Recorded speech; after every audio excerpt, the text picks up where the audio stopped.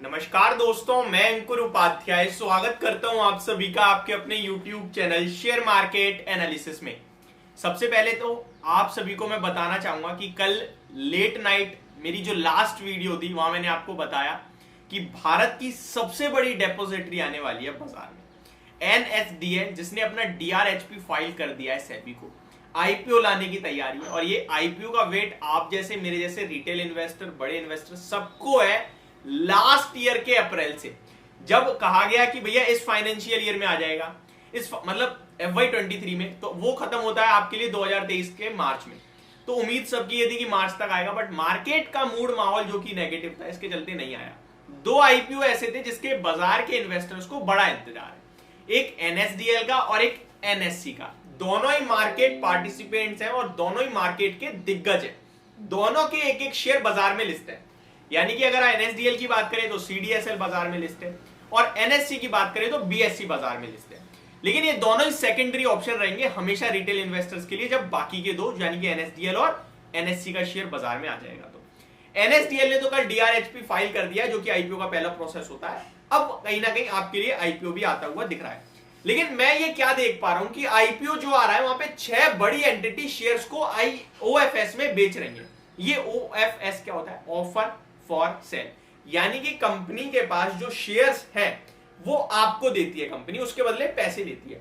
और मेरा हमेशा से ये मानना रहा है कि IPO में ना कभी पैसा नहीं लगाना चाहिए, कभी नहीं लगाना चाहिए IPO में पैसा। मेरा ऐसा इसलिए मानना रहता है क्योंकि मैं निवेश कर रहा हूं 10 साल के लिए, तो मैं IPO में पैसा इसलिए लगाना प्रेफर नहीं करता हूं क्योंकि मुझे इतना पता है सामने वाला बंदा पागल नहीं हो सकता। सामने वाला बंदा शेयर बेच रहा है, आपके साथ अपना प्रॉफिट शेयर कर रहा है, तो डेफिनेटली वो इस तरीके से करना चाह रहा होगा कि उसको पैसा बने। आप भी जब शेयर बेचते हो तो आपको लगता होगा ये भाव बहुत अच्छा है, हालांकि उसके बाद भाव ऊपर चला जाए वो बात अलग है। किसी को भी नहीं पता कि उनकी कंपनी की वैल्यू क्या आंकी जा सकती है, कितनी हो सकती है और कहां पे शेयर का प्राइस जा सकता है। ये चीज शेयर में कंपनी के ओनर्स या इन्वेस्टर्स, DIIs, FIs किसी को नहीं पता होता। ट्रस्ट मी, सिर्फ और सिर्फ फाइनेंशियल सबको दिख रहे होते हैं और उसी के बेस पे निवेश होता है, आपका भी, हमारा भी, FII का भी, DII का। सिर्फ फर्क इतना है कि आप और हम केवल पढ़ पाते हैं, वो लोग डायरेक्ट कंपनी से मिलते हैं, डायरेक्ट टॉप मैनेजमेंट से बात करते हैं और टॉप मैनेजमेंट को कंपनी के बारे में सब पता है, आगे के बारे में पता है कि ऐसे ऐसे ग्रो कर सकते हैं। हम लोगों को वो सारी चीजें धीरे धीरे धीरे पता चलती है जब तक शेयर का प्राइस रिफ्लेक्ट कर चुका होता है। अब सवाल ये उठता है कि ये बड़े बड़े लोग बेच क्यों रहे हैं? तो देखिए, ये तो बाद में पता चलेगी कि कुछ रेगुलेटरी इशू है या फिर इन्हें बस भाव अच्छा लग रहा है और ये पैसा जुटाना चाह रहे हैं।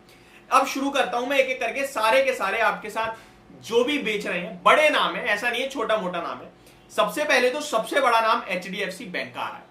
2% का स्टेक सेल करने वाले NSDL में, इस IPO में, OFS में, यानी कि HDFC बैंक 2% बेचेगी। चलिए समझते हैं।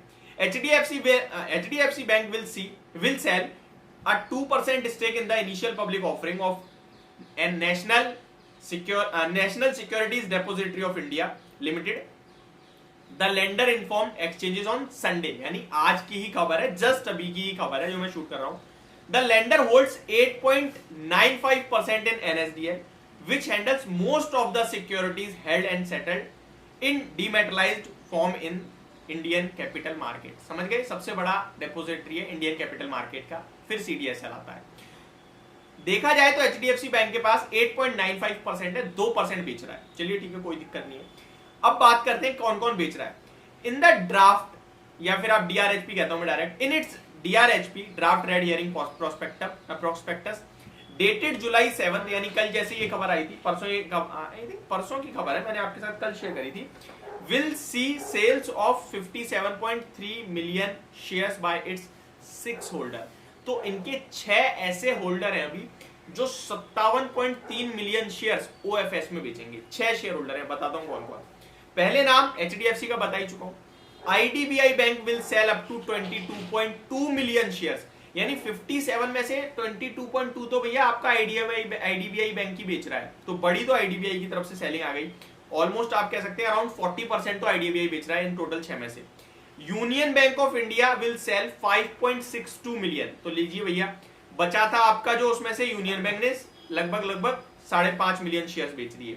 स्टेट बैंक ऑफ इंडिया लगभग 4 मिलियन शेयर्स बेच रहा है। एंड देखा जाए तो यहाँ पे यूनिट ट्रस्ट ऑफ इंडिया लगभग आप specified undertaking of the unit trust of India यानी SUUTI will sell 3.4 million shares, तो ये भी आपके लगभग 3.5 मिलियन शेयर्स बेच रहा है, और आपका HDFC बैंक शेयर बेच रहा है। तो ये 5-6 ऐसे बड़े इन्वेस्टर हैं जो OFS में पार्टिसिपेट करने वाले हैं। इसके बावजूद भी मेरा यही रहेगा कि NSDL एक लॉन्ग टर्म पर्पस के लिए बहुत अच्छा शेयर हो सकता है और वेल्थ क्रिएशन में बहुत काम आएगा। वैल्यूएशन वगैरह देखने के बाद डेफिनेटली मैं भी इस पे शेयर करूंगा। ये थी मेरी तरफ से आपके लिए जानकारी। होप आपको समझ पसंद दोनों होगी। Thank you so much for watching this video. Have a great day guys.